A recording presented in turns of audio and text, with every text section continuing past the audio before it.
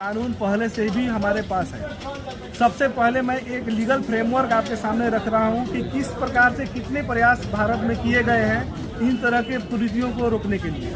देखा जाएगा कि आर्टिकल 14 कॉन्स्टिट्यूशन ऑफ इंडिया कहता है equality before law and equal protection of law, यानी कि कोई भी व्यक्ति है, चाहे वो किसी भी धर्म से है, किसी भी मजहब से है, किसी भी जाति से है, समान रूप से उसको भारत में कानून की सुरक्षा प्राप्त है। दूसरा है आर्टिकल 15 कहता है प्रोहिबिशन ऑफ डिस्क्रिमिनेशन, यानी कि आप भेदभाव छुआछूत नहीं कर सकते हो किसी भी व्यक्ति के जाति के नाम पर। आप कह नहीं सकते कि हम शादी नहीं करने देंगे या शादी नहीं करेंगे, या किसी भी प्रकार से आप डिस्क्रिमिनेशन नहीं कर सकते हो, चाहे वो जेंडर का हो या कास्ट का हो या क्रीड का हो। फिर आप देखेंगे कि आर्टिकल 19 है मूलभूत अधिकार में आपको विवाह करने के लिए भी आपका अधिकार है। अगर आप मेजर हैं, अगर आप लड़का है 21 ईयर से अधिक है, अगर आप लड़की है 18 ईयर से अधिक है, तो आपको right to choose your partner, यानी आपको अपने जीवन साथी का चुनाव करने का पूरा मूलभूत संवैधानिक अधिकार है।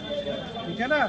इसी तरह आप देखेंगे आर्टिकल 21 वो कहता है right to life and personal liberty, यानी लिबर्टी यानी कि मेरी स्वतंत्रता का अधिकार है। राइट टू लिबर्टी में आप देखेंगे कि फ्रेंच फिलोसोफर्स ने कहा है कि लिबर्टी का मतलब ही होता है राइट टू चूज।